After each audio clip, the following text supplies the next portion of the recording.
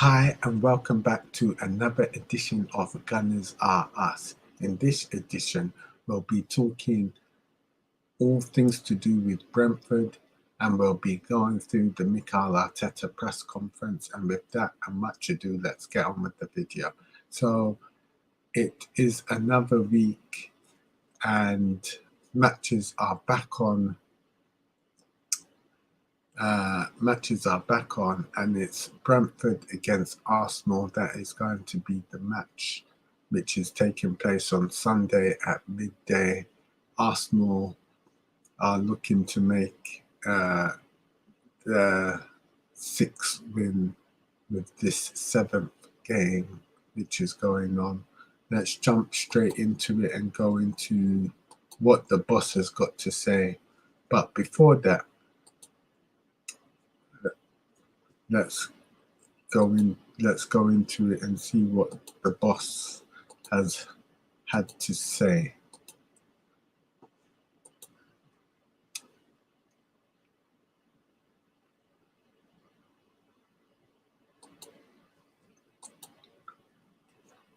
Every word from Arteta's press conference.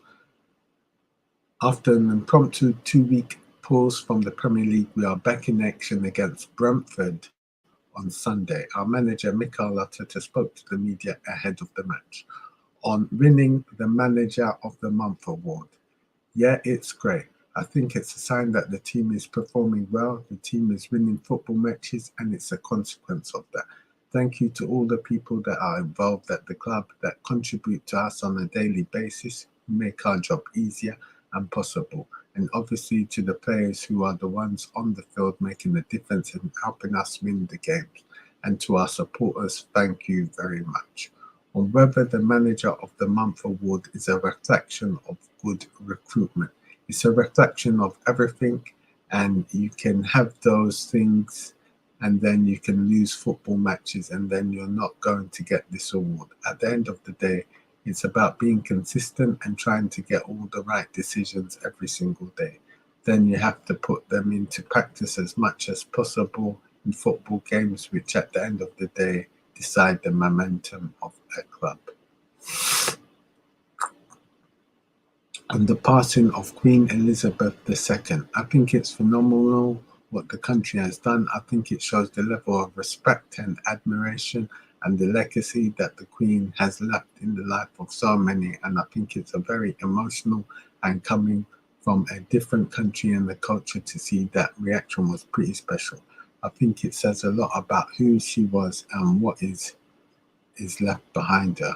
On being concerned about a loss of momentum, what happened obviously happened for a really important reason, and we are always available to play. But there are police, there are authorities and other people who have to make the right decisions. The decision was made and we have adapted our schedule to be as competitive as possible for Sunday like any other team. On being relieved that Brentford's game wasn't called off, we need to play and we want to play games.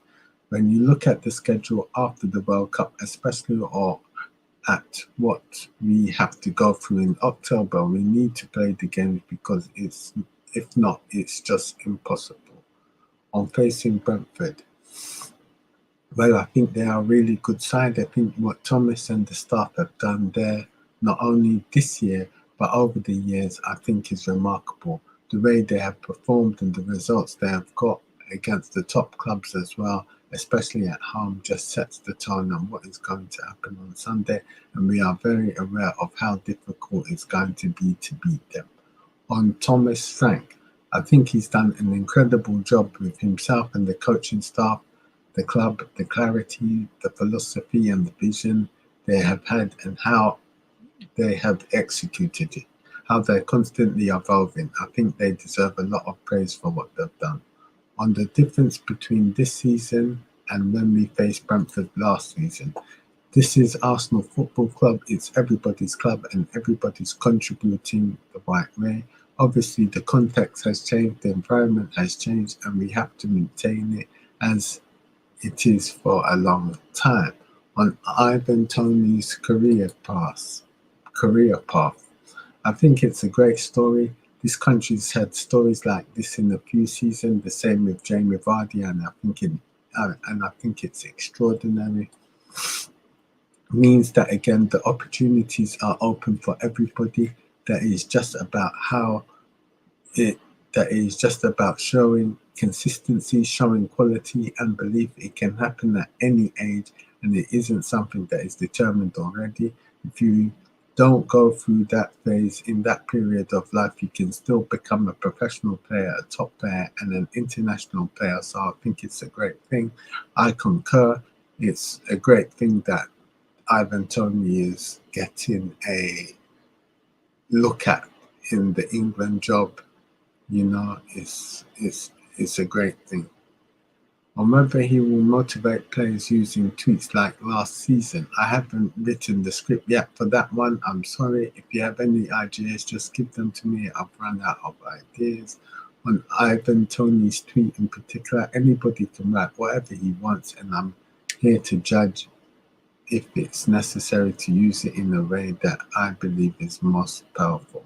Or whether he would want his players to tweet like that, I like my players to act in a certain way, and I'm happy with the way they act. On team news for Sunday, unfortunately, updates will be tomorrow. Whoever will have to be ruled out, that is going to be tomorrow. We have those 24 hours to see. One or two can be considered tomorrow for training and for selection, and that will be key in the next 24 hours. On Emile Smith Rowe's fitness, it's been an ongoing issue that he's had. He's had some discomfort in the groin area. Unfortunately, he hasn't had any continuity this season, and it's something we are trying to assess and trying to help him as much as possible in the way that we can, because we need him fit, we need him available, and we need him performing at the best level, because he's such an important player for us. Unfortunately, for this period and for periods last year, we haven't had him. On Zinchenko's fitness,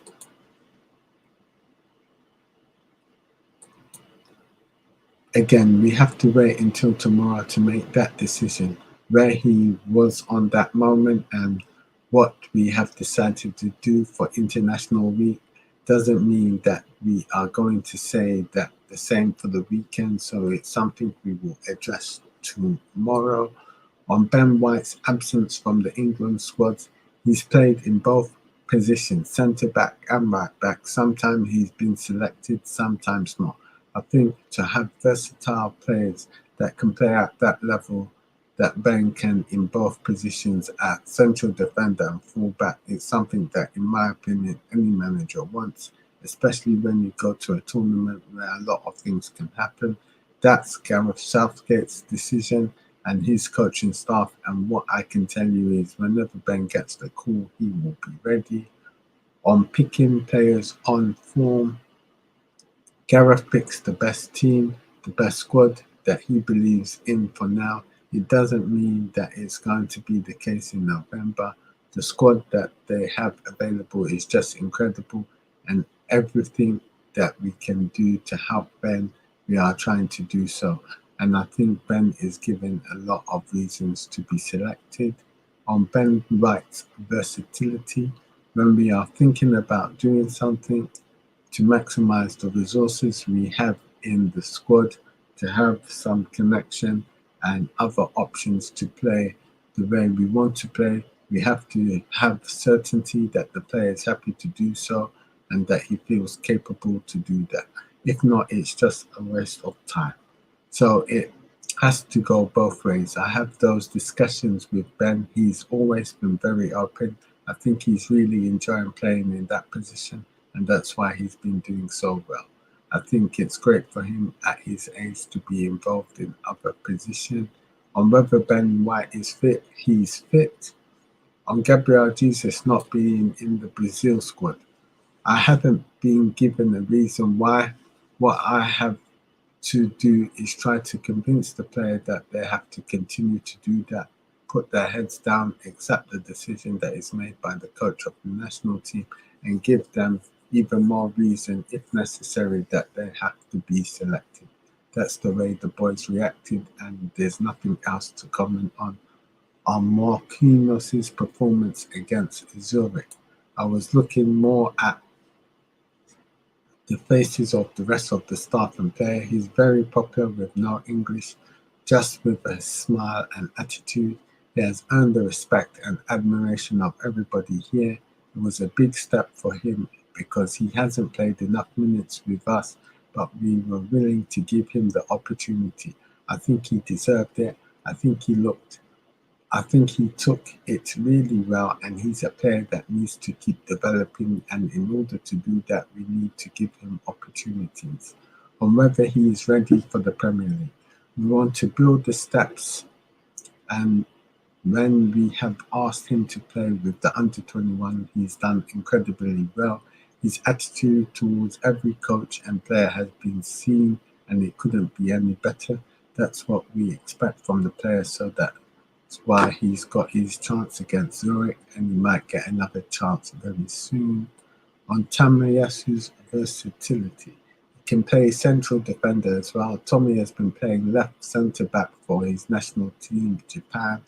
When you look at the games, he can play as a left back because you cannot tell me if he's a left or right-footed player. So we have the options there, and we have to utilize them in the best possible way, especially with the number of minutes we are going to have in the next few weeks. It's great that the players are comfortable doing more than one position. On whether this weekend is an opportunity to open a gap, we have to win our matches. Everybody's going to play the same amount, but again, obviously seeing the table and where we are and where we want to continue to be, it's always important emotionally, and in terms of belief, I think it's helpful. On Arsene Wenger returning to the club one day, I would love that. I think he has explained it. I think he has every window and every door in the football club open whenever he is ready and whenever he feels it's right moment to do it. He knows the club from my side, and he knows that from many other people at the football club, and hopefully that will happen soon, because I think that he will inspire, and a lot of people are going to be so happy to see him. And that concludes the Mikel Arteta press conference. So let's stop sharing the screen for now. So Mikel Arteta giving updates there, saying that Arsene Wenger would be welcome back at the Emirates Stadium.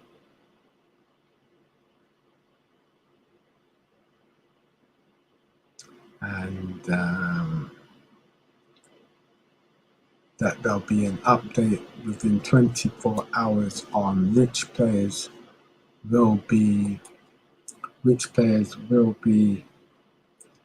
fit and available to face Brentford. So with that, let's get into the team selection. So team selection. I would choose in goal Aaron Ramsdale, a back line of Kieran Tierney, Gabriel, William Saliba, and Ben White. Midfield of, if fit, Thomas Partey, Martin Odegaard, and Granit Xhaka. And up top, Gabriel Martinelli, Gabriel Jesus, Gabriel Martinelli, and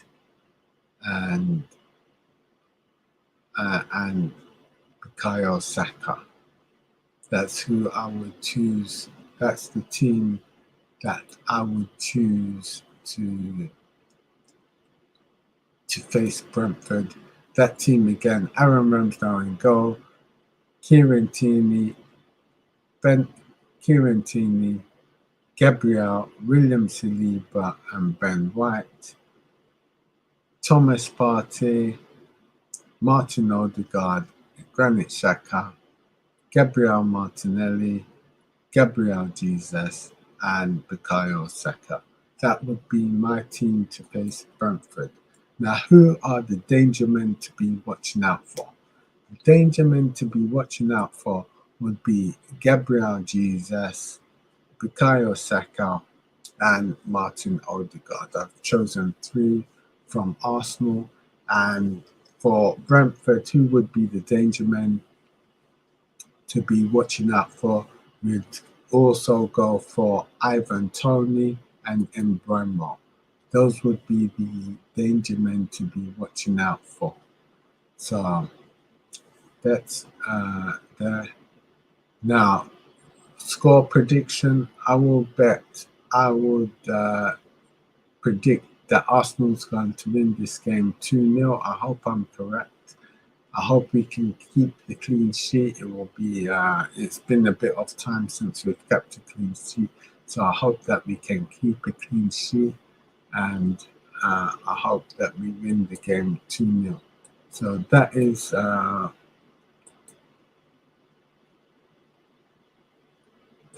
everything. I've done a predicted scoreline setup. I've gone through the Mikel Arteta press conference. So thank you for watching. Please like, share, and subscribe. Please like, share, and subscribe. Thank you.